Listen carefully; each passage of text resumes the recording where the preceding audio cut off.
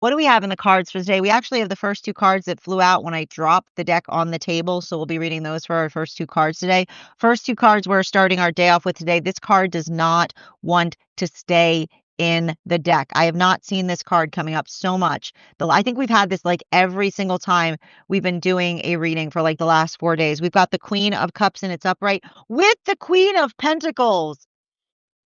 Starting off our day with double Queen energy. Let's get to it. We're talking right now, there's a lot of work that we're seeing that's happening right now in relationality to the culmination of those moon relationships. Now, just remember, the moon relationships were the relationships that were coming together between the time of Uranus stationing retrograde, which was in the fall, up until the present. Now, these relationships have been working through the understanding of emotional refinement. And what is emotional refinement? It is the understanding, and I know that this may be hard to hear. I'm going to hold your hand when I say this. No two emotions are alike. The modality by which we say that all emotions need to be respected is not respectful to the work that we're supposed to do with the emotions. You have to look at the understanding that when we're in our job is to refine our emotions. Our emotions come to us unrefined, right? The emotions that rise up within us, they lack definition, right? The body effectively has those energetic emotions, those washes of feeling, if you will. And the thing is, when you are awash in emotion, you are lost in the motion. When you are awash in the ocean of feelings, you are lost in the motion of the self. Because the modality, it's not just enough to have an overwhelm of feelings, it's to understand the energetic reason that one feels the way one feels. That is the work that we do in terms of both the healthy version of self, right? The emotional refinement center that we create within ourselves in relationality to understanding what we do with our emotions. And that gift is also what we bring to relationship. Because I'll tell you right now, a lot of emotions will break a relationship just as easily as it will create as it will fix, because it has to do with how we conduct ourselves as we're feeling an overwhelm of emotions, right? We've all had those experiences.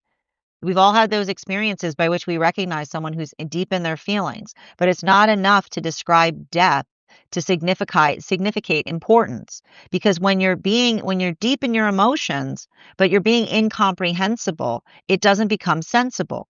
So the work that we do to energetically refine our emotions is the greatest gift that we bring to partnership. It is the know thyself that allows everything to begin, because it's not just the fact by which we look towards our counterparts for responsibility of the feelings that they elicitate within us, right? We add our own energetic understanding to them as we energetically communicate how we feel towards one another. So that's why we see like these two cards together. This is effectively the culmination of a lot of those moon lessons that are fortifying a lot of those partnerships that are coming together at this time. There are 3 different modalities I see right now for energy in solitude, and we're going to break them down. Center card for today's spread, love it. 3 of Swords in its reversal. Now we've got 3 different modalities right now for energy in solitude. The first modality that we're effectively seeing is working into the understanding of what it takes, right, to build a healthy relationship. It's not just enough. It's not just enough by saying feelings are not enough. Your emotions will not save a relationship if you haven't done the work to navigate them. Your emotions will not save a relationship. And in fact, the space by which you don't know how to navigate one's emotions, that can create the space by which they feel more like you're giving another person complication, right? The modality by which we work to put directions on our emotions dictates the difference between the emotions that feel like they are supportive, right? They feel like they are stabilizing. They feel like they move us into a point of productivity versus the ones that feel like we sink within them, right? The modality by which we feel energetically oppressed or weighted down by the emotions. So I keep on seeing that for a lot of that energy, working through that pathwork of energetic patience, not just feeling the emotions, but articulating where the emotions aspire to lead to, right? I keep on seeing that there's a lot of this energy that is like, and this is what we want to see, right? This is what we want to see with like Uranus in Taurus, because I actually don't mind Uranus in retrograde in Taurus because it can feel frustrating, right? It can talk to us about the energetic frustration that we feel in relationality to situations or circumstances. But when we take that, and this is often what we learn with Taurus lessons, like when we take that frustration and we put it into something energetically productive, right? That's how we turn frustration into patience, right? We just move it into the space by which it allows us to feel amplified and articulated while also energetically honoring the self in the same context. And I would not be surprised right now if there isn't a little bit of temperamentality that is fortifying energetic decisions that are occurring specifically and particularly as it relates to situations or circumstances that feel like they energetically try the patience. Now, I want to stress this isn't to say, right? And this is what we're getting right now because the moon is currently in Leo, and we often learn this with Leonine journeys, right? Patience is a gift. Patience is a gift for those who receive it. But your patience becomes projection if another person doesn't recognize that they're receiving it. So that modality by which we articulate what we're being patient upon, I either see in terms of those three different modalities of what's happening in relationship. I see one, energy in solitude that is working on understanding the self. Because that is, and this is the energy that says putting energy into the self is never wasted. Because when you are building into understanding the self, you are preparing an energetic present. When you are working to understand the self, you prepare a present for the counterpart. That is the present that they are preparing. The present that they're energetically preparing is the self. And through the understanding of the self, they're preparing a present for counterpart because it doesn't require the counterpart to have to figure them out, right? They come with their own instructions. They understand themselves completely, and it's not perfect, right? It's not perfect. We never do, but it's a gift. It's a relief, right? And that's what's bringing a lot of these relationships together. These are the relationships that are coming together right now because of the ease and the reliefs. The ease and the relief that allows for release. The understanding of finding someone that understands, not only understands the self, but works through understanding whether something is an inside or outside problem, right? That's what we see here. That's what Queen of Pentacles with Queen of Cups is. Is this an inside problem or is this an outside problem? Is this something I have to work on in here or is there something that needs to be worked on out there? We can also expect this with Jupiter and Cancer working through the Cancerian lesson. Inside or outside problems is heavy oriented towards Cancerian lessons. So the understanding of the healthy ego helps us with that sorting process. So we see that for a lot of the energy doing that work, it's not easy. But the energetic commitment that they have towards understanding the self is paying off in relationality to that strong connection that they have with counterpart because they're giving each other clear directions. While for some energy right now, this is why there may be some separations that are occurring right now. And I'll tell you right now, the context by which those separations are occurring are potentially in the conversation about the fact that you can't walk there are those that will say that they're ready for relationship. But when you're ready for a relationship, you don't have to walk away from a relationship to deal with your emotions. Relationships are emotional refinement centers. And when we're ready to do the work to be in a relationship, when we have emotions, we move deeper into them. We don't move further away from them because it's giving me a lot of the energy that is skirting. I keep on hearing it's energy that's healing by recognizing someone who's skirting the work that's necessary to facilitate relationship. The modality by which, if this is energy that's having these modalities by which they articulate the desire to be in a relationship, but then as they get closer, there's more emotions and it feels like it's too much agony and then they pull away, right? Somebody's having a healthy conversation in the understanding of saying to another, I understand that you want it, but I need you to ask yourself if you're energetically ready for it. Because the modality of understanding, right? That a healthy relationship, the healthiest relationship you'll ever experience will make you feel things you've never felt before. And being able, I'm going to say that again, a healthy relationship, The healthiest relationship you've ever experienced will make you feel things you've never felt before. A healthy relationship, the healthiest relationship you ever experience will make you feel things you've never felt before. And being able to navigate the unknown is what allows us the context of being able to move towards a healthy relationship, because you can't articulate that you want something different unless you're ready to feel something different. And so that's why we see that some of this energy is potentially moving through a separation and saying, I know that you say that you want it, but you have to ask yourself, are you truly ready for it? Because we don't run away from the feeling of the emotional change that we experience when we move towards relationship. We energetically welcome that change. Some energy right now going through all three of those modalities at one time. Now, continuing forward to the temperance relationships, and these were the relationships that were coming together between the time of Uranus stationing retrograde, which was in the fall, up until the solstice period this summer. One card to clarify, please. Two cards to clarify. We've got the Five of Swords in its upright in combination with the Wheel of Fortune in its reversal. So what are we effectively seeing here? And I like this because this is, I gotta say, there's a little bit of this energy, this temperance relation energy, that is saying, pump the brakes on being too hard on the self, is what I keep on seeing, right? The modality by which we, and I keep wondering, like, pump the brakes, because the reason I keep on getting pumping the brakes is because, and I like it too, because it's talking about the fact that this energy feels like a rut. And it's funny because the reason it's coming through as pump the brakes is not saying pump the brakes as in stop. It means when something feels like it's not moving, then you pump something else, is what I keep on hearing, right? There's no such thing when you recognize when you're working towards purpose, stagnancy becomes an illusion because you look at time as a blessing. So the modality by which you don't have enough of it, I keep on getting some of these temperance relationships are healing. They're healing their relationship to Saturn. They're healing their relationship to time.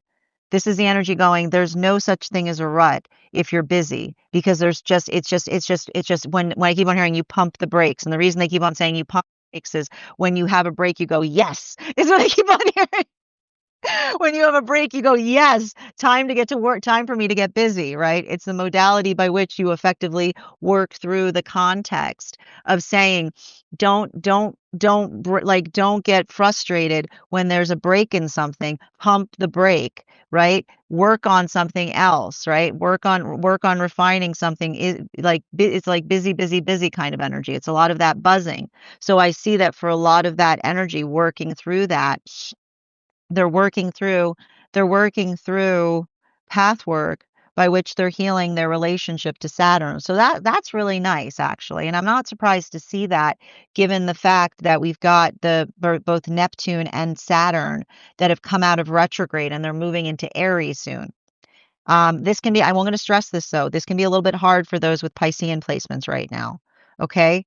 So if you've got Piscean placements, only because I'm saying this, because every time when I'm reading right now for clients, every time Neptune, like these planets start moving out of Pisces, a lot of abandonment wounds can come up for those with Piscean placements. Continuing to get clarification, moving towards those magician partnerships, and those magician relationships were coming together between the time of the solstice period this summer up until the time of Mercury and Venus stationing direct behind Neptune. Clarification between the Queen of Pentacles and the Queen of Cups in its upright.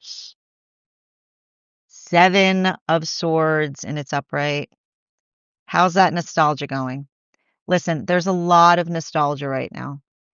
There's a lot of nostalgia, but it's a conversation on what is healthy nostalgia and what is delusional nostalgia, right? I keep wondering, you always have to take nostalgia with a grain of salt. You always have to take nostalgia with a grain of salt. Why do you always have to take nostalgia with a grain of salt? You always have to take nostalgia with a grain of salt because the brain has a terrible capacity of remembering pain. You always have to take nostalgia with a grain of salt. The brain has an absolutely awful time remembering pain. Pain only exists in the moment that we're experiencing it. And when we recognize that, and then we realize the fact that our brains are very slippery when it comes to remembering pain or the experience of pain, will sometimes even turn past pain into pleasure in the way that they energetically store it, the modality by which one is able to navigate that, I keep on seeing that this is the energy that is able to look to the from the like look towards the past with a sense of energetic. I keep on hearing they have a grip. They have a grip on reality. And I keep on hearing when you have a grip on reality, you're able to understand that nostalgia needs to always be taken with a grain of salt, because nostalgia is never the actuality by which one effectively experienced something. And I think that this is really important because I literally see some energy right now that is experiencing wounds based upon someone holding on to nostalgia too tightly. This often happens during maturation processes, right? The energy that goes, I don't want to see something change. And another person saying, I hate to tell you, it already has. Right? Like that is the type, it's like, it's saying to me, like, this is what I keep on getting. It's like the magician energies are doing their best to try to give someone a reality check. And an energetic reality check is the modality by which someone is being too energetic nostalgic on something, right? Not in the space by which they let it go. And another person saying, I think you're being too nostalgic for it, which is you're holding on to it too much. You have to recognize that that is nostalgia. It's already changed. And that's the thing about it. We get trapped. Nostalgia will trap you if you hold on to it too tightly. Because the modality by which you understand that the past always feels sweeter than the present helps you move forward from a state of energetic maturity. You understand the condition by which our brains hold on to things. But when you get caught in this, sorry, there he goes. But this is what I mean. When you get caught in the nostalgia trap, it's like that. It's like, no, no, no, no. It's like, it's this, and it's funny too, because it's the sweetness of the melody that you don't want to let go of, that comes into that space of energetic repetition, but also the modality by which, like, one is able to energetically recognize the difference. So that's what I keep on seeing that's happening there. I literally see some magician energy in terms of someone saying, like, trying to say to another, it doesn't have to change. And someone being like, the fact that you're talking about it nostalgically means it already has, right? The ability to identify, like, someone is going through a point of comparison where they're talking from another person in relationality to who they find themselves to be now versus who they used to be, and saying, why can't you go back there? And because they're saying, because you're already viewing it from a point of nostalgia, your perception of it is already distorted. It's already in the past. And even in the way by which you're articulating it in an overly sweet way, potentially someone saying you're putting sweetness in a space that I've been actively healing from. Now, this is continuing to get clarification between the Queen of Cups in its upright with the Three of Swords in its reversal.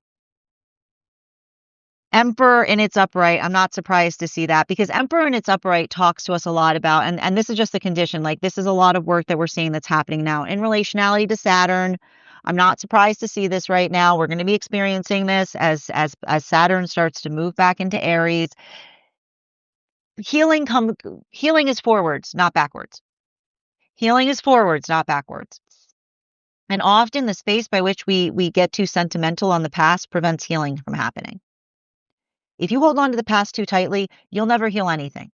You'll always be in a state of dissatisfaction in relationality to where you find yourself. Because when you understand the nostalgia trap, when you understand the modality by which your brain literally cannot hold on to pain, then you understand that the past always seems sweeter, not only than the present, but also from how it doesn't feel in your brain the way it felt when you were experiencing it. We can nostalgize anything. Like, it's remarkable, the brain's capacity of doing so. But the sooner that we clear ourselves of that, the sooner that we recognize that, the sooner that we build towards a present that creates a state of energetic bliss, right? Bliss is not found in the modality of, and that's the thing about it. If you get too caught looking at the past, you'll always be in the condition of being like, it was better back then, failing to realize that your brain literally can't hold on to pain.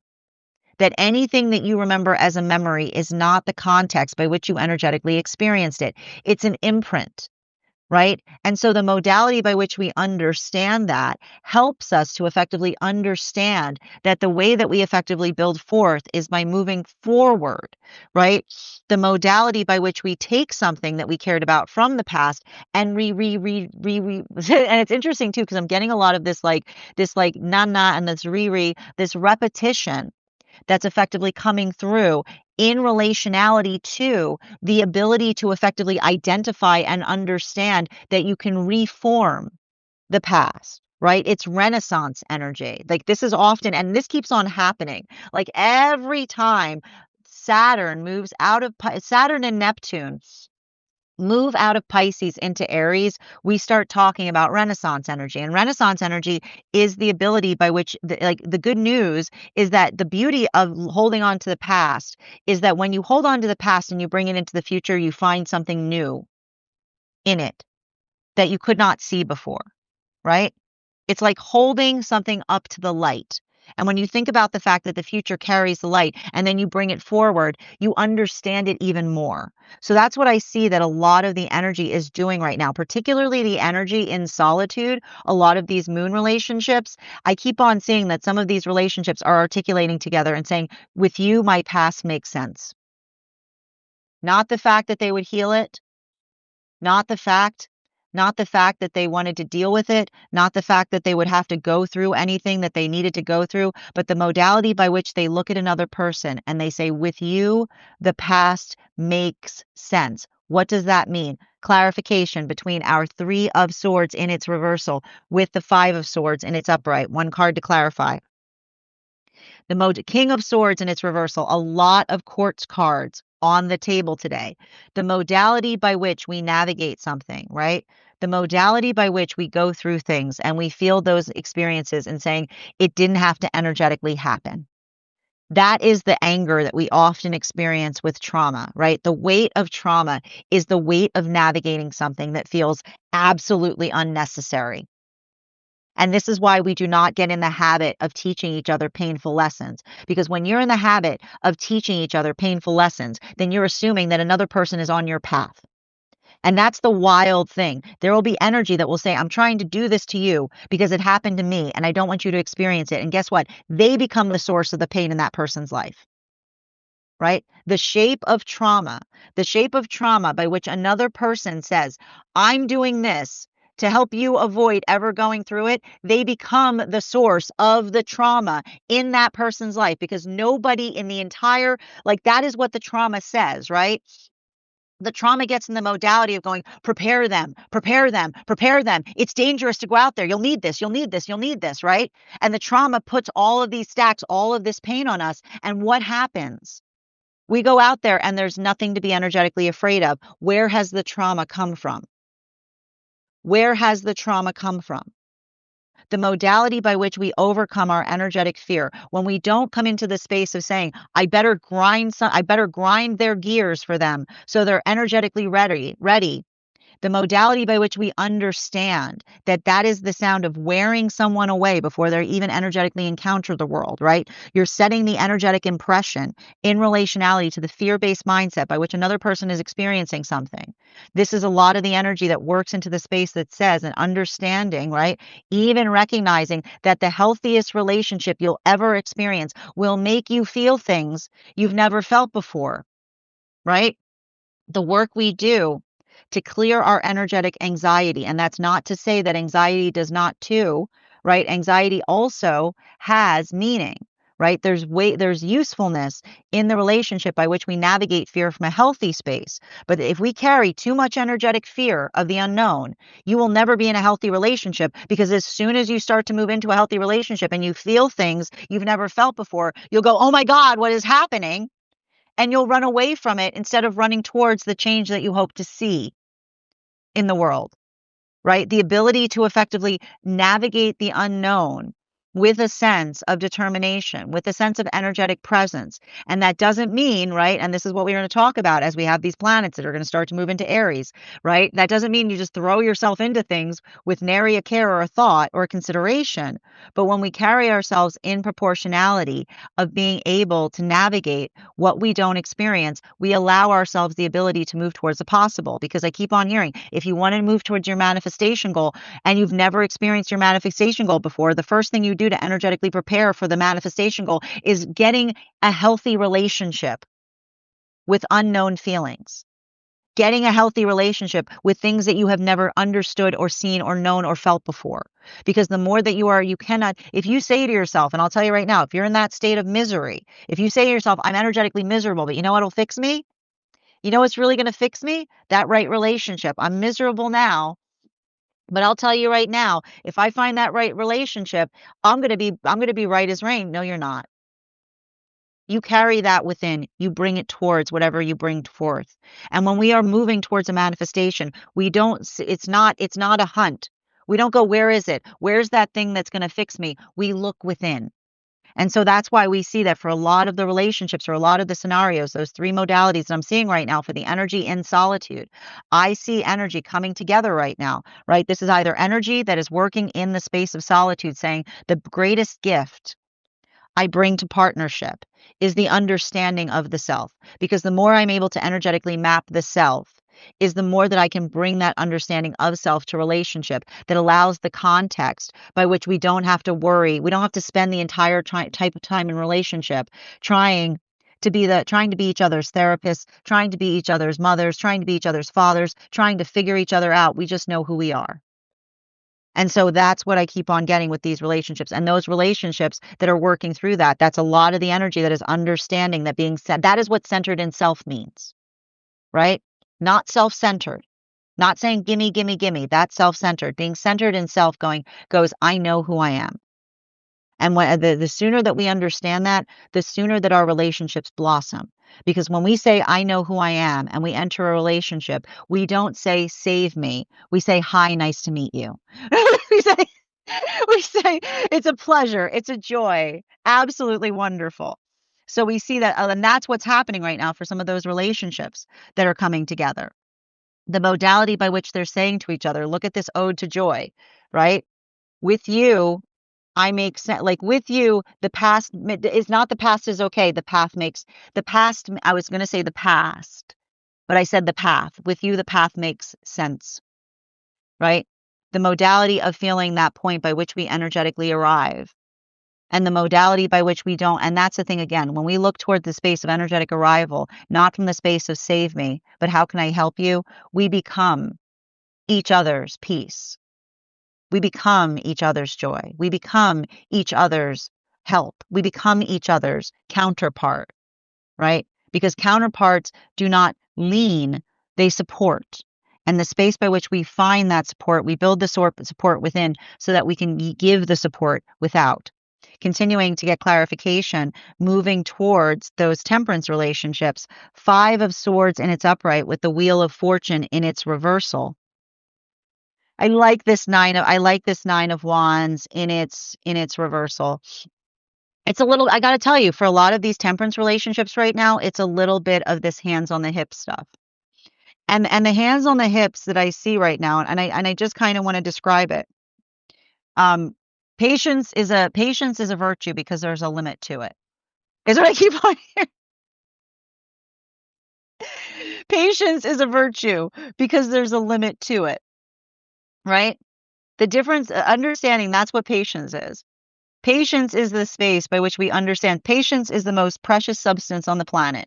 And the reason, and this is what we often see when we're moving into Aries energy. Patience is the most precious precious substance on the planet. Because when we're being patient, it's understanding that we're waiting to see the progress. And the thing is, we have to be patient as we move towards our manifestation goals as well. Because it's not enough, right? It's not enough. It's not enough to be in the modality by which you have if you are completely miserable moving towards your manifestation goal, you will be miserable when you find your manifestation. The job of working towards a manifestation isn't the space, and I feel like there's a lot of energy that is working to heal this. The modality by which one feels that one needs to suffer to receive a manifestation goal is often an illusion. Because if you feel like the context of reaching for something is there's a quality by which you're suffering, every single modality by which you're moving towards it, I guarantee when you arrive at that place, you'll have a new manifestation goal. You'll continue to suffer, right? Perpetual suffering is the modality by which you're constantly in the space of saying, well, I'm going to suffer right now, but when I get to that manifestation goal, it's going to be sweet. No, it's not. Because when you arrive at that manifestation goal, you're going to have another manifestation goal, right? It's the suffering upon suffering. So the work that we do to operate in a state of bliss is a gift to ourselves and to the energy around us, because the modality of working through a manifestation goal should be the whole thing through, right? It's not the space by which one says, "Look how much I energetically suffered to get here," right? Have you ever been in a car with somebody like that? You ever been driving somewhere, trying to get somewhere, and you're like, "We're gonna have a great time when we get there," but they're absolutely miserable the whole way, right? And then you get there and you're like, "I don't even want to be here. Like, I don't want to be here. That was awful," right? It's not enough. It's not enough to reach towards manifestation goals if you're not having that state of bliss along the way, because the journey is the destination. The way that we move through the journey articulates how we experience things. So I see that this is a lot of the counterpart energy in like those temperance relationships, saying, hold yourself in a state of bliss as you move towards your ideal experience. I'm going to say that again. Hold yourself in a state of bliss as you move towards your ideal experience, right? Which is the modality by which you say, not only am I going to get there, but I'm going to do it blissfully. I'm going to do it joyfully. I'm going to do it happily. And building that pathwork, right? Not just saying, this is what I have. Okay, this is what I have to do to get there. Oh my gosh, I gotta, you know what I mean? Like carving something, I'm gonna carve something. No, like the delight, like the energetic delight by which you create is also the nature by which you find something, right? You can't be like, oh, look what I did. Oh, good, now I'm happy. No, it doesn't work like that. Continuing to get clarification. But moving back into those magician relationships, clarification between the Seven of Swords in its upright in combination with the Emperor in its upright. We got the 10 of Swords in its upright. And I don't mind that here, because this is what I keep on seeing is happening right now for some of these magician relationships. I just keep on hearing nostalgia. Holding on to things too nostalgically is the most surefire way of ruining the present, right? We've all seen those modalities, right? The space by which we understand, and this is why we say for everything there is an energetic season, right? Because when you hold on to a season too tightly,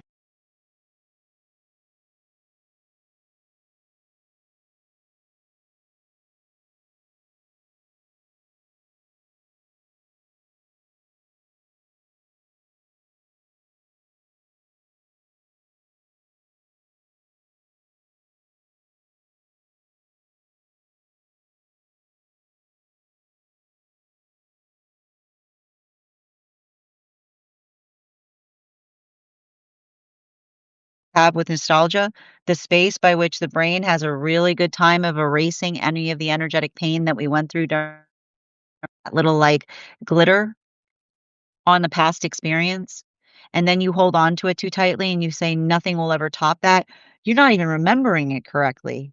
You're not even remembering it correctly. It wasn't all it was cracked up to be, but your brain will really try to dazzle you with that sentimentality, won't it? A sentimentality is a wild drug. So that modality by which, again, you go through that modality by which remember, the brain is a terrible ability to hold on to things, right? Holding on to pain. And then you get that little razzle dazzle of nostalgia that tops everything. And suddenly you're not looking forward. You're just gazing upon the past. And when you're gazing upon the past, you can't get anything done. You can't see the manifestation that's walking right in your periphery vision. You can't see the possibility that's around you every step you go, because you're holding on too tightly to something that doesn't even energetically exist anymore. So that modality by which we work through that, I keep on seeing this is why for some situations, there's literally situations of I'm getting here. There's nostalgia injuries that are happening right now for some of these relationships by which they're literally looking at someone and saying, I have to let go of that person as I move deeper into relationship because they're too fixated on something not changing, failing to understand the context of a healthy manifestation is something that continually changes. Show me how good it's going to be. Show me how good it's going to be. Show me the best is yet to come. The modality by which we look towards the change with a sense, and that's not to say that we welcome every change joyfully, because change for change's sake is also not a manifestation goal, but we navigate it with a sense of proportionality. Continuing to get clarification between the Emperor card in combination with our King of Swords in its reversal. One card to clarify, please. We've got the Eight of Wands in its reversal. So there's a lot of this energy that we see right now that is working into the context of identifying and recognizing, and we're moving back into those moon relationships that are reaching their fruition point right now. Those experiences or those modalities by which we recognize or identify or work through, I just keep on seeing that those energies that are in solitude, right? They're building into that point of energetic refinement. They're working into the space of operating to find their bliss. And we don't just mean, and this is what we mean by which bliss does not mean, okay? And I'm going to be clear on this. Bliss does not mean what feels good. Bliss is what feels good and what is good, right? Because sometimes, and here's the thing about it, finding your bliss is hard because often the way you find your bliss is by knowing the self. You can't find your bliss unless you know yourself. So the modality by which the energy says, this is the sound of me finding my bliss. I'm going within so that I can seek it without, right? Not the feeling that one is running about searching for the bliss. The bliss is found within through the knowledge of the self. And when we find the knowledge of the self, it's not perfect, right? Because we're ever changing. But that knowledge fortifies the relationships that help us find ourselves even further. Because then we find ourselves in the right relationship, right? We don't find ourselves in relationship. We find ourselves in the right relationship, because when we know how can you find the right relationship if you don't know who you are? How can you find the right relationship if you don't know the identification point of who you are bringing into it? So that's a lot of the energy that, again, is working on the context of being centered in self, right? When we know ourselves, we don't look to relationship to clarify who we are. We bring that clarity into the relationship as we journey further into it. For a lot of these relationships right now, that is a lot of the energy doing that in solitude, or this is the condition by which the energy is moving deeper into partnership by saying to another, your emotions, that which you refine, that you do the work to provide with healthy directions, is my source of peace. How peaceful and easy it becomes when we understand ourselves, because we don't demand that another person resolve our emotions for us. We articulate to each other what our needs are. Continuing to get clarification between our King of Swords and its reversal and that nine. It's interesting that I said knight instead of nine, the Nine of Wands in its reversal. We've got the Justice card in its reversal. So for the temperance relationships right now, the thing with the temperance relationships is, and I keep on getting this, the weight of Venus between Mercury and Mars right now can often create the modality by which we're not going through a Venus retrograde cycle, but it can certainly feel like one. We're not feeling our best. We're not feeling like we look the best. We are potentially dealing with another person's projections of us, which we recognize are projections. And the one thing I keep on getting is, and I keep on hearing, unless there is a grain of truth to it, another person's projections are their responsibility, right? Because you have to understand the nature of authenticity, right? When we're moving towards our authentic self and someone is too and what is because here's the thing, and this is what we talk about the wariness of an ego that has become too energetically inflated. And again, we all have egos. Don't come up to me and tell me you don't have an ego. That is a fallacy. The thing that we learn with Cancerian lessons is when you remove the ego, there's an ego right underneath it. The ego is the protection. When you look as at the ego as the protection of the soul, you understand that there's a perfectly logical reason that it's there. When we have an ego that we're proud of, then we don't mind displaying it, right? Well, we don't mind displaying it. It's the modality and the experience by which we articulate that it's important to us. But when the ego is too large, we stop. You can usually tell because there are warning signs. You stop being less and less reasonable, right? You start becoming more demanding. No, you're not inclined to explain why. The ego, the overactive greedy the ego is a greedy, demanding thing. It'll articulate that it has needs and it doesn't want to be in the context of explaining why. It just wants things because it feels good to see others effectively lean towards it. So that's why I keep on seeing that's why we have to be very conscientious when we work towards projection. And I always say, and I keep on hearing like the messages coming through, which says selfish energy tells on the self because it's very interesting when another person utilizes the word selfish. Because if you're going to use the word selfish, you have to lead with understanding what you're asking of someone, right?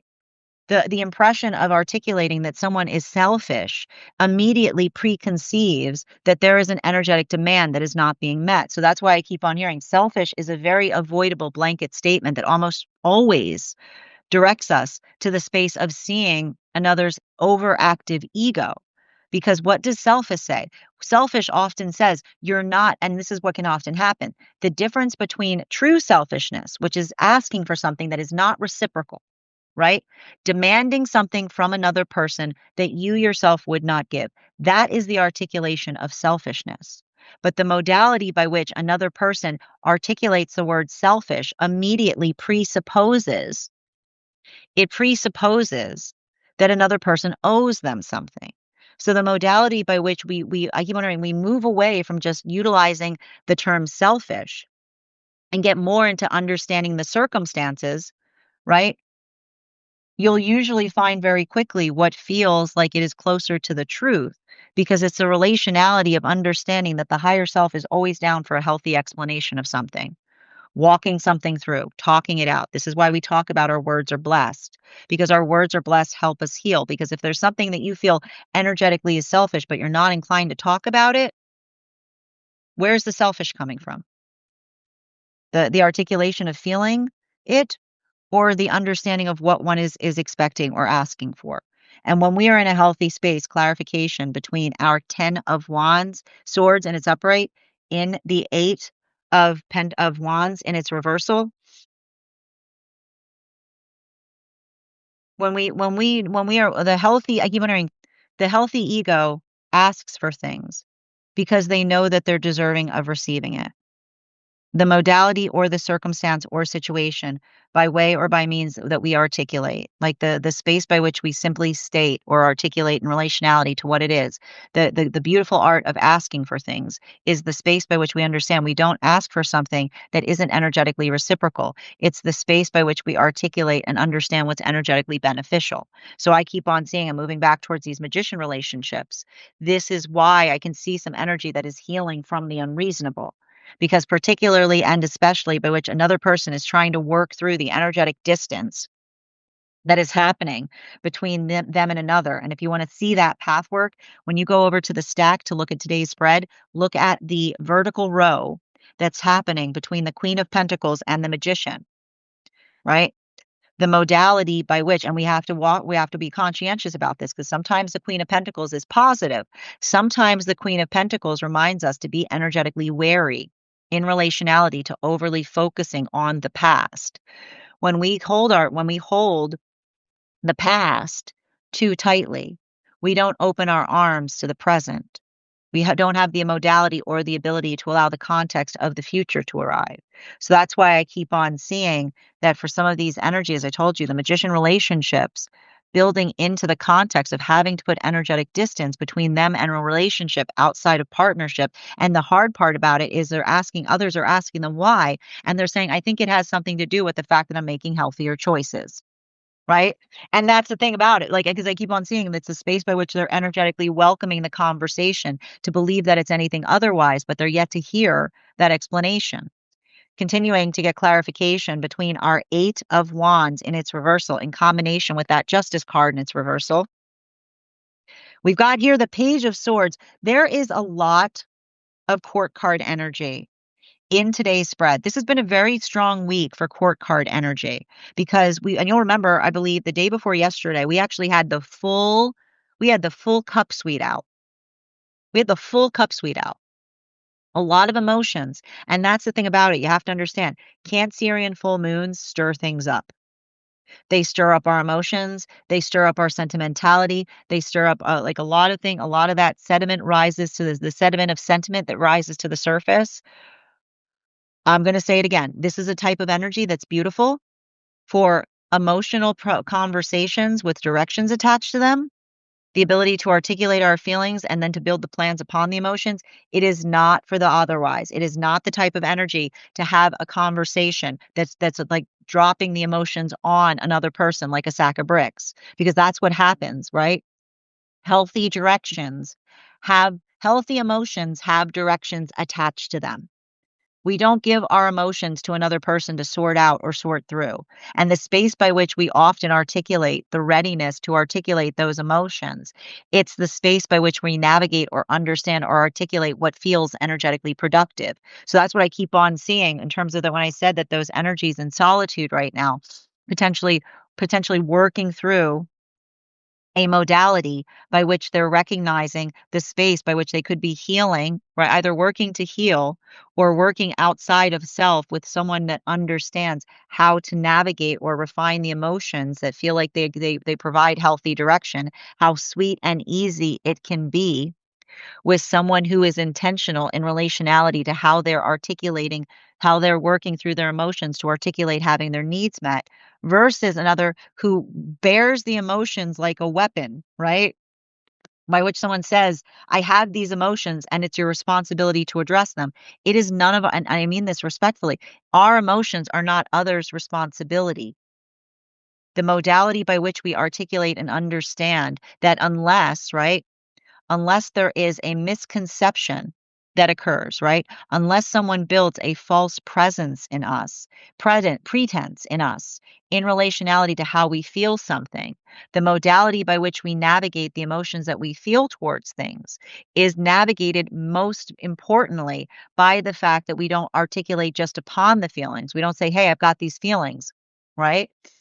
We give each other clarification in relationality to what we either work towards helping each other see what we do with them, but not in the space of intimate relationship. In the context of intimate relationship, the modality by which we speak towards our dreams or what we aspire for helps us have the healthy conversation that feels like it's the conversation in terms of what is moving in a productive direction, right? The emotions that have a manifestation goal attached to them versus the emotional cycles that often feel like they're confusing because another person just keeps on saying, I have feelings and being like, I know you have feelings. The feelings aren't the point. The most important point about the feelings is what you intend to do with them. Final card for today's spread between the Magician card and the Page of Swords and its upright. Lover's card in its upright. What a beautiful card. This is an absolutely beautiful spread today. If you have an opportunity, make sure that you head over to the stack if you want to see the full photo of today's spread. This is a continuing conversation on what it takes to create harmony. And that's the thing about it. The thing with harmony is you're never going to find harmony anywhere around you unless you're working towards it in your own life, right? The modality by which you say, why can't I find any harmony is often the reason why you're not finding it, right? Harmony is not something that we energetically demand from one another. It's the space by which we build into the context of what feels energetically harmonic. And this is why we work through that capacity of understanding that I keep wondering, the energetic courtesy that we build into it in relationality to navigating and being responsible for each other's time, right? And this is why you'll notice, and I keep on hearing, busy energy, right? Busy energy understands that there's no greater crime than wasting another's time. There is absolutely no greater time. Like there's no there here's and it's interesting that I said time when I was about to say crime. There's no better bitter like a lot of this happening right now, but there's no bitter crime when we waste each other's time, because the bitter crime that happens when we waste each other's time is the modality by which we feel that we can't get that time back, right? It is often the work that we understand, and this is why it is our responsibility to be energetically clear to each other in relationality to what our manifestation goals are. The ability to effectively articulate to each other, to state our intentions, is how we heal. Because it's not like, why would you be worried about feeling uncomfortable or clumsy in the space of talking to another with your intentions? That is, if somebody finds you in a space of being intentional and they meet that with mockery, congratulations. You just isolated immature energy, right? Congratulations. If you bring intention to something and another person mocks your intentions, congratulations. You have just discovered immature energy. Because when we are working from a state of energetic maturity and respectful, the modality and the understanding that we do each other the favor of making sure that we're on the same page is the gift that we give to each other. And even in the space that we're not, we navigate it with a sense of elegance, courtesy, understanding, and we don't push, right? And it's also the consideration point of understanding it's not nice to insist. The modality by which the way we move towards a healthy manifestation goal. Everybody can have their manifestation goals so long as we are effectively courteous to each other's wishes. That's the only way this works. And the modality by which we energetically insist on a manifestation goal is often the architecture by which we find relationships that we discover that from a point of dissatisfaction. You can never be in a healthy relationship if you do not share the same manifestation goal. If you do not share the same manifestation goal, one person will be on cloud nine, the other person will be going through absolute misery. And that has to do with the understanding of pulling in the right direction. So I see that a lot of the energy right now across all of the frequencies is working into that context of clarity, to state your intention that allows for the possibility to unfold. And then the modality by which we unfold it is the space by which we're energetically respective of it. And that doesn't mean, right? It doesn't mean that everything is energetically possible, but the space by which we are energetically receptive and respective in relationality to navigating another's feelings allows us the condition by which we are able to effectively facilitate what feels like a healthy beginning. And that's what I keep on seeing. And what's wild about this, and I'm going to tell you right now, for some of these moon relationships I'm seeing, this is the healthy beginning. They've been going through it for the last few months since the time that they started coming together. It's finally feeling like they can breathe a sigh of relief, like they're going through a moment by which they can finally enjoy each other's energy. And even at the time by which we were coming together when Chiron and Eris were both in retrograde. So navigating circumstances that were coincidental, that felt very similar to experiences that were intentional trauma that they themselves experienced, but not putting that on each other, but navigating it with a sense of resilience and patience. We just keep on seeing that for a lot of those relationships, this is allowing for a lot of those modalities of fruition and positive direction to occur. While we see that for some of these relationships that are even in the energy that's in solitude right now, right? This is the energy that's basically saying to one another, we can't force things. But they're not only just saying they can't force things, they're saying, pay attention, potentially saying to someone, pay attention to what you ask for versus the direction that you move, which is the space by which I keep on hearing you can't say, right? You can't articulate that you're ready for a relationship. And then as soon as the feelings start to feel complicated, you run away from it. Emotions get more complicated the deeper that we move into partnership. You're going to feel things you've never felt before. But if the energy is working through this facility, I even see if it's like might not even be the first time that this has happened, where someone goes, I'm ready, I'm ready, I'm ready. I'm not ready. And then they run away and they go, okay, I'm ready again, being like, you haven't ready. You're not ready. You're allowing the emotions to dissipate, and then you're moving back towards the thing that's creating the emotions, right? it's not going to create a state of readiness. It's not about being ready. It's about understanding that you're giving yourself breaks so you stop feeling things is not how you facilitate a healthy relationship. You feel more in a healthy relationship, not less. While for a lot of this energy right now, moving deeper into divine union, that sense of energetic stabilization, working towards a space of shared bliss. I keep on hearing shared bliss is not just about the manifestation goal, but finding that energetic space by which every day that you move towards it feels like a delight. Maybe not perfect, but trying to work to attenuate in terms of getting that to a state of balance. Bottom of the deck on this reading, yeah, especially with the Page of Wands in its upright. For a lot of the energy that we're effectively seeing right now, the Page of Wands energy, and I wanted to, this is a lot of the energy that's going to be moving into Aries in a short period of time. So there's a lot of inner child healing that we see is occurring right now. And the thing with the inner child healing is working through the modality or experience by which we get frustrated in the amount of time something takes, right? The modality by which we navigate something and we get frustrated by the point of time.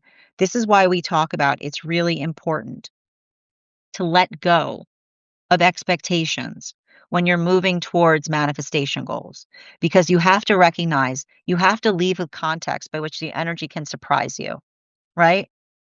And often, I like to point out, often in these circumstances or experiences by which we are energetically demanding in relationality to the context by which we expect something to come towards us, the universe is like, well, I guess if you want it that way, I was going to like, like it's a space by which we say like to the energy of the universe, like, surprise me in the best way possible, potentially even in the understanding of what you believe, right?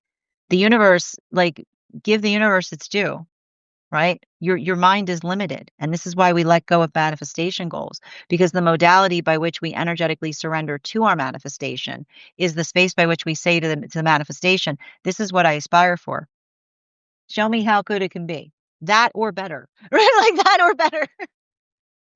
And this is why we allow for that sense of energetic flexibility, that adaptability. And this is why, and again, this is often why we have to heal. Like perfection ruins things, right?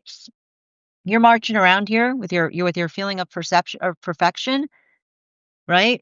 And the universe says, "Okay, if you want it just like that, because I was gonna, like I was gonna do something, right? Or better, right?" Allowing the context of understanding that the world is in the context by which you can still energetically be surprised. And that's the hope that we have to bring to things. And it starts with the way that we talk about each other. And when it starts by the way we talk about each other, particularly as it relates to counterpart. You can't be sitting there stating that you're looking for the perfect person, but then articulating in the same voice that says that you believe all the energy around you is terrible, right? You can't be in the modality by which you say that you're seeking something, but in the same breath say that you have energetically no hope to find it. We the way we move towards things is we fix the way that we talk about them. And so the ability of understanding that we operate from a place of understanding that there are lessons in the past, but we don't allow for the space by which the past informs what we can expect in the future, that is the sound of allowing hope to get in. So make sure, right? Even if you're feeling like situations are dire right now, make sure that you're speaking from a place of hope. That is our daily collective read for today. I want to thank you guys so much for being here and experiencing it. Just a reminder, if you would like to book a private reading with me, it is a two-step process. You have to book the reading and you have to pay for the reading. Please make sure you do both if you'd like to have that reading. Please remember that I will never, ever, ever, ever, ever, ever, ever, ever, ever reach out to you for a private reading. I will never DM you. I will never PM you. I will never slide into your inbox and tell you that I have a very important message that only I can deliver. The only way you can book a reading with me is if you book one on my site. So I would encourage you to book me there. I also want to let you guys know of a couple updates before we move into personal readings today. First and foremost, thank you to everyone who attended our recent class on the judgment card. Our next class will be held on Thursday, January 15th at 6 p.m. PST, 9 p.m. Eastern. We will be continuing our studies into the tarot with a focus on the world card. If you would like to become a part of that tarot class program, All you need to do is head on over to my Stack and become a paid subscriber. Your monthly paid subscription to my Stack is your ticket of entry into our live classes each and every month. You will also, as a monthly subscriber, have access to over 9 hours worth of material in the Tarot Church Library class archive. Now, it's not necessary to catch up. I'll be doing my best to give you an update on everything we've seen or experienced prior to beginning that reading, but the material is there for you to receive as you're ready to receive it. And if you become a founding member to my Stack, not only will you receive a discount on the full year's worth of classes, but you'll also receive a complimentary You'll also have full access to over 20 hours worth of material in the Tarot Church Library class archive. And you'll also have access to a complimentary one-on-one mentorship class with me, where I will meet with you personally to assess where you are on your personal tarot journey and give you the best insights in terms of how to utilize those classes to the best of your advantage moving towards your tarot goals going forward. One of the things I tried to do in these classes was make them accessible to the absolute novice tarot reader as well as the seasoned reader. There's definitely something there for everyone. Don't let your lack of experience or your robust experience prevent you from joining us in these classes. And even if you don't want to become a paid subscriber to my Stack, I would encourage you to follow me there to stay up to date on any new offerings or services. I also post my mystic meditation articles there, which will let you know about which will give you energetic updates on what we've been seeing in the cards. I just wrote one recently on this full moon that we just experienced that you can read about over on the Stack. I also want to let you guys know that on top of my standard life path readings, I also offer mentorship classes. These are for any of my students seeking a more personalized educational experience with me. I take a very limited number of students for this reason, as those classes are focused on each individual's personal spiritual goals and journey work. Those classes can be purchased on an individual level or as a monthly class series, weekly or biweekly, as your schedule permits, so that you can stay more consistent on your personal journey. I want to thank you guys so much for being here today and sharing in these messages. And we will do this again tomorrow.